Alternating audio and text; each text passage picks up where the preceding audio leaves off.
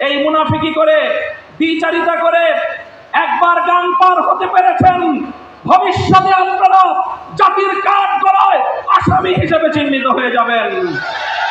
Shea butter ও vitamin সমৃদ্ধ lily beauty soap, তারুণ্যময় উজ্জ্বল ত্বকের জন্য।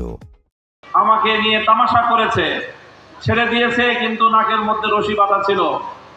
শুধু একটা দিন একটা মামলার আসামি, মামলায় হাজিরা যেতে পারিনি। আবেদন করেছিলাম যেন জামিন বহাল রাখা হয়, সঙ্গে সঙ্গে জামিন ক্যান্সেল করে দিয়ে গ্রেফতারি পরোয়ানা জারি করা হয়েছিল। বুঝতেই পারেন কি ভয়াবহ দুঃসহ পরিস্থিতিতে আমরা তখন ছিলাম। কারাগারে এবং কোর্টের কারাগুলোতে বিএনপির ডজনখানিক নেতার সাথে আমাদের দেখা হতো। 2024-এর জানুয়ারিতে যখন নির্বাচন হয়ে গেল, এই বিএনপির নেতারাও তারা হতাশায় মুষড়ে পড়েছিল।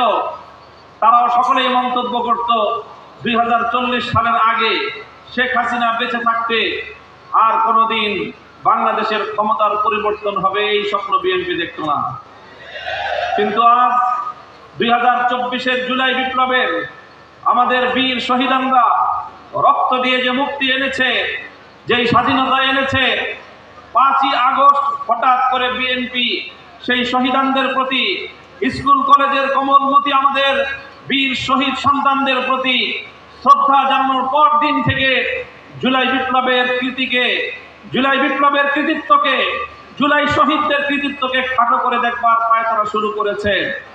তাই আজ এই পর্যায়ে এসে আমরা বলতে চাই, বিএনপির সাথে অনেক কথাবার্তা হয়েছে। জুলাই বিপ্লবের সকল বক্তব্যগুলো সামারাইজ হয়ে গণভোটের মাধ্যমে জাতির সামনে উত্থাপিত হয়েছে। 70% ভোটার গণভোটের পক্ষে রায় দিয়েছে। বিএনপি সেই রায় নিয়ে টালবাহানা করছে।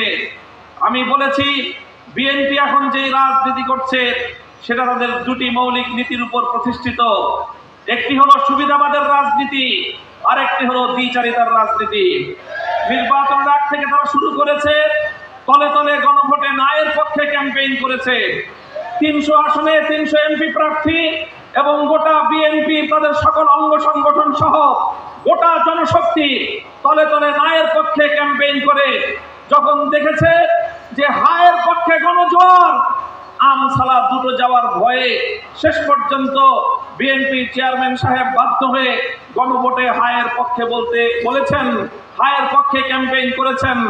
কিন্তু যখনই তারা বৈতরণী পার হয়ে গিয়েছেন, সঙ্গে সঙ্গে সেই জাতির সঙ্গে কৃত অঙ্গীকার বিএনপি চেয়ারপারসন ভুলে গিয়েছেন।